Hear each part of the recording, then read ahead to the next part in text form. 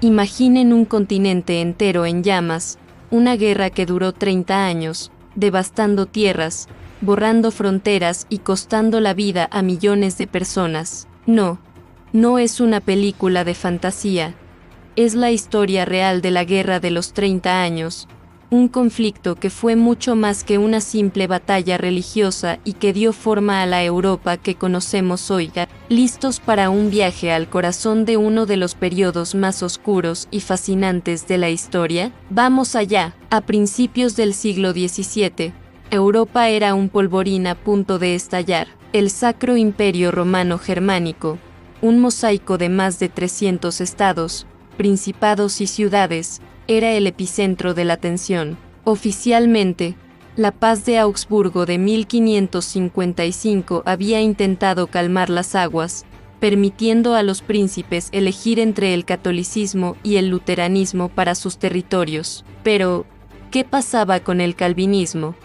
¿Qué ganaba cada vez más adeptos? Simplemente, fue ignorado. Esto creó una fractura religiosa que se superponía a una compleja red de ambiciones políticas y luchas de poder. Por un lado, la Unión Protestante, liderada por Federico V del Palatinado. Por el otro, la Liga Católica, comandada por el duque Maximiliano de Baviera. Ambos bandos se miraban con recelo, acumulando armas y esperando la chispa que encendería la mecha. La dinastía de los Habsburgo, con ramas en España y Austria, soñaba con una Europa unificada bajo la fe católica y su poder imperial, una idea que aterraba a otras potencias como Francia. El escenario estaba listo para la catástrofe, y la chispa saltó en Praga, la capital del Reino de Bohemia. El 23 de mayo de 1618, el emperador Fernando II, un católico devoto, había empezado a recortar los derechos religiosos de los protestantes bohemios. La nobleza protestante, enfurecida, marchó al castillo de Praga para enfrentarse a los representantes del emperador.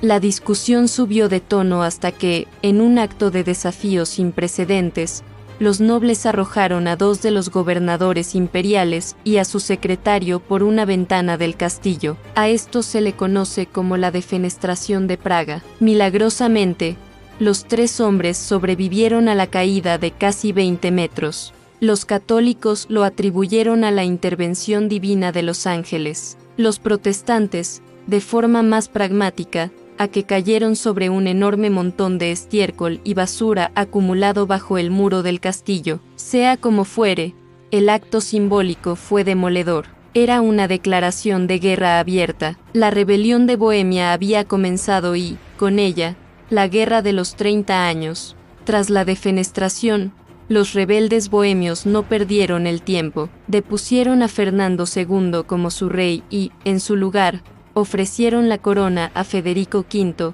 el líder de la Unión Protestante. Federico, apodado el Rey de Invierno por lo breve de su reinado, aceptó, esperando el apoyo masivo de otros estados protestantes. Pero ese apoyo nunca llegó con la fuerza necesaria. Fernando, ahora emperador del Sacro Imperio Romano, no se quedó de brazos cruzados. Con el respaldo de la Liga Católica y el oro de sus primos españoles, reunió un ejército formidable. La confrontación culminó en la Batalla de la Montaña Blanca, a las afueras de Praga, en noviembre de 1620. La batalla fue un desastre total para los bohemios. En apenas una hora, su ejército fue aniquilado. Federico V huyó al exilio, y Bohemia fue sometida a una brutal represión. La nobleza protestante fue ejecutada, sus tierras confiscadas y el catolicismo fue impuesto a la fuerza. Parecía que la rebelión había sido aplastada y que la guerra terminaría rápido. ¡Qué equivocados estaban todos! La fase bohemia solo fue el primer acto de una tragedia mucho más larga y sangrienta. Lo que empezó como un conflicto localizado en Bohemia, pronto se convirtió en un incendio que se extendió por toda Europa. Otras potencias vieron en el caos una oportunidad.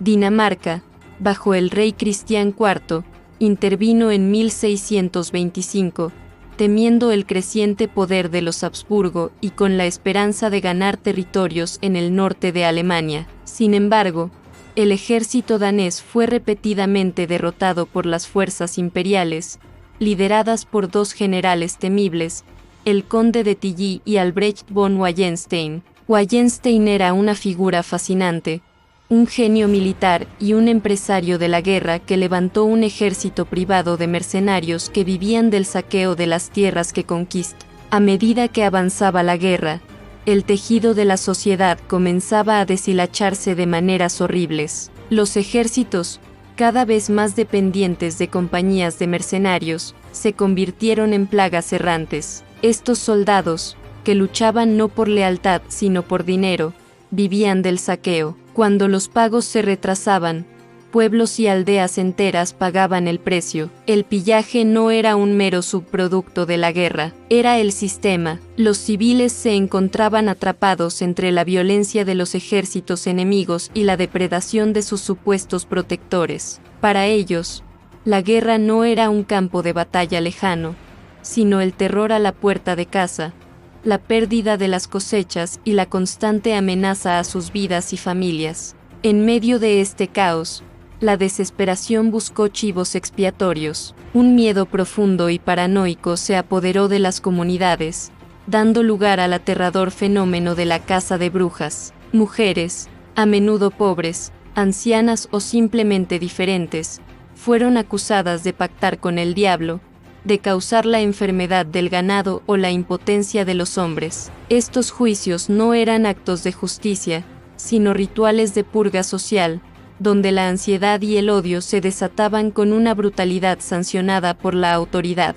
Era una guerra dentro de la guerra, una que desgarraba familias y vecinos, dejando cicatrices de desconfianza que tardarían siglos en sanar. Sobre este paisaje de violencia y miedo, se cernieron dos jinetes más del apocalipsis, la hambruna y la peste. Los campos abandonados y las rutas comerciales interrumpidas provocaron una escasez de alimentos devastadora. La malnutrición debilitó a la población, dejándola indefensa ante el avance de la peste negra. La enfermedad no distinguía entre ricos y pobres, soldados y civiles. Ciudades enteras se vaciaron.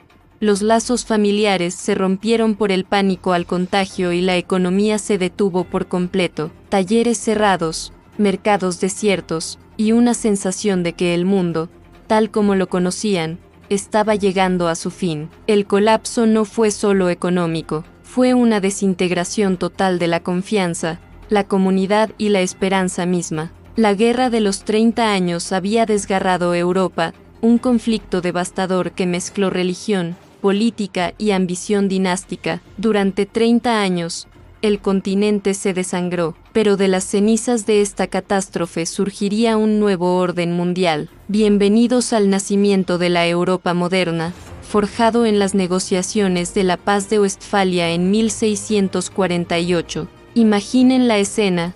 Durante casi 5 años, diplomáticos de toda Europa se reunieron en las ciudades de I. Las negociaciones eran increíblemente complejas. Los católicos y protestantes apenas se hablaban directamente, requiriendo mediadores para cada mensaje. Se discutieron fronteras, religiones y el futuro mismo del poder. No era solo el fin de una guerra, era la redefinición de un continente. Al final, los tratados firmados reconfiguraron el mapa. Francia emergió como una gran ganadora, asegurando territorios clave en Alsacia, fortaleciendo su frontera con el Sacro Imperio Romano Germánico. Suecia, por su parte, consolidó su dominio en el Báltico, obteniendo partes de Pomerania y otros puertos estratégicos. El Sacro Imperio quedó fragmentado, con sus más de 300 estados ganando una autonomía casi total. Los Países Bajos y Suiza vieron su independencia formalmente reconocida por todas las potencias.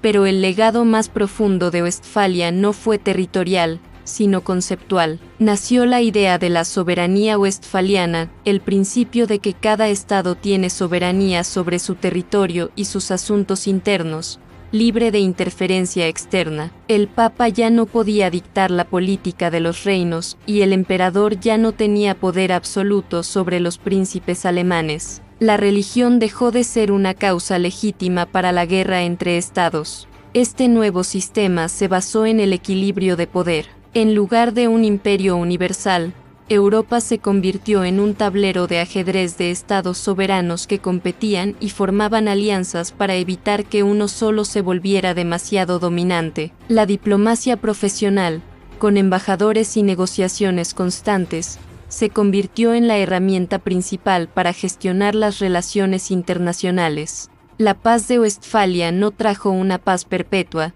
pero sentó las bases del sistema de estados-nación que conocemos hoy. Fue el punto de partida de la diplomacia moderna y un momento crucial que definió el curso de la historia occidental durante los siguientes 300 años. Gracias por acompañarnos en este viaje al pasado. Si te ha gustado, no olvides suscribirte para más historias que dieron forma a nuestro mundo.